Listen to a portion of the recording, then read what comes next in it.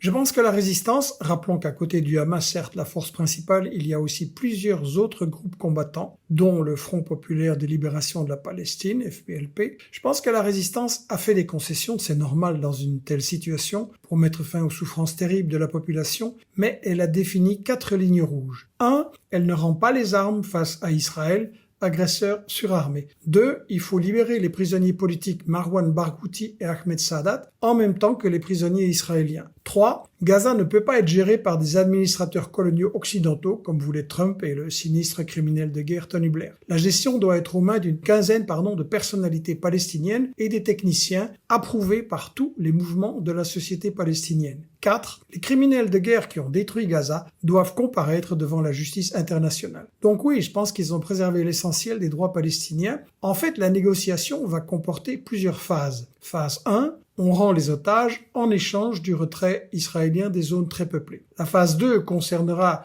la gestion politique de la bande de Gaza, autodétermination ou nouvelle forme de colonialisme. Et la phase 3 concernera la reconstruction, évaluée à 50 milliards, qui doit payer? Ceux qui ont détruit, ceux qui ont laissé faire. Vous le voyez, la bataille est loin d'être finie, elle prend d'autres formes. Bien sûr, Trump et Netanyahou vont essayer de tricher comme toujours. Les Palestiniens, pour gagner les phases 2 et 3, vont avoir besoin tout autant de notre soutien à tous. Renforcer le boycott sur les produits israéliens et les multinationales occidentales complices. Renforcer l'information, diffuser nos vidéos, merci. Mener des actions en justice, étudier l'histoire et les intérêts stratégiques afin de pouvoir bien l'expliquer autour de soi. Pour vous former, je vous recommande particulièrement le manuel stratégique de la Palestine et du Moyen-Orient de mon ami Saïd Bouamama. Vraiment excellent. Qui a créé Israël et pour quels objectifs? Pourquoi l'Occident a soutenu et armé Netanyahou en dépit de tous ses crimes? Quelles sont les conditions pour une véritable Palestine libre? Bon courage et bonne lecture.